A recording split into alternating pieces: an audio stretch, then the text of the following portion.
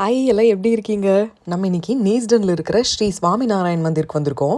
UK and யூரோப்பில் பாரம்பரிய முறைப்படி, அதாவது ஸ்டீல் ஸ்ட்ரக்சர் இல்லாமல் வெறும் கல்லை மட்டுமே பயன்படுத்தி நம்ம ஒரு கோயில் மாதிரி கட்டப்பட்ட முதல் இந்து கோயில் இதுதான். 1995 சுமார் 1.25 கோடி பவுண்டு செலவில் திறக்கப்பட்டது. BAPS அப்படிங்கிற குஜராத்தி அமைப்பு தான் வந்து இந்த கோயிலை கட்டி நிர்வகிக்கிறாங்க. அதோட தலைவர் பிரமுக் சுவாமி மகாராஜ் தான் இதை திறந்து வச்சாரு. அவரோட சிலையை தான் கோவிலில் நுழைஞ்சதுமே வச்சிருக்காங்க. இந்த கோவிலில் நிறைய கல் வேலைப்பாடுகளும் மர வேலைப்பாடுகளும் இருக்கு. அதெல்லாம் இந்தியாவிலேயே செய்யப்பட்டு இங்கே கொண்டு வந்திருக்காங்க. பாருங்க எல்லாம் எவ்வளோ அழகா செஞ்சு வச்சிருக்காங்கன்னு. இந்த கோயிலில் வெளியே போட்டோ எடுக்கலாம், ஆனால் உள்ள போட்டோ எடுக்கிறதுக்கு அனுமதி கிடையாது. உள்ள போனால் கோயிலுக்குள்ள போன மாதிரியே இருக்காது, ஏதோ அரண்மனைக்குள்ள போன மாதிரி அவ்வளோ அட்டகாசமா இருக்குதுங்க. கோயிலே பூரா இட்டாலியன் மார்பிள்ஸில் செதுக்கி வச்சுருக்காங்க.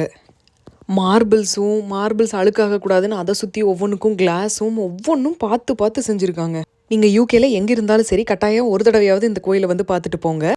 வீக்கெண்ட் ஈவினிங்ஸில் ஒரு சூப்பரான குஜராத்தி அன்னதானம் கிடைக்கும். சில ஈவினிங்ஸில் பஜனையும் இருக்கும். நம்ம பிரதமர் மோடியிலேருந்து இங்கிலாந்தின் முன்னாள் பிரதமர்கள் David Cameron, Rishi Sunak, Elizabeth ராணி வரைக்கும் எல்லாரும் தரிசனம் பண்ணிட்டு போயிருக்காங்க.